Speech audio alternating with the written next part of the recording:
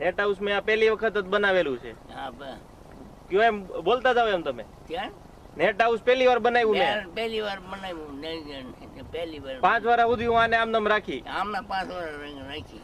સાહેબ આવશે તો એને ટાઈમે બતાવી દે. હા ટાઈમે બતાવી દઉં હું.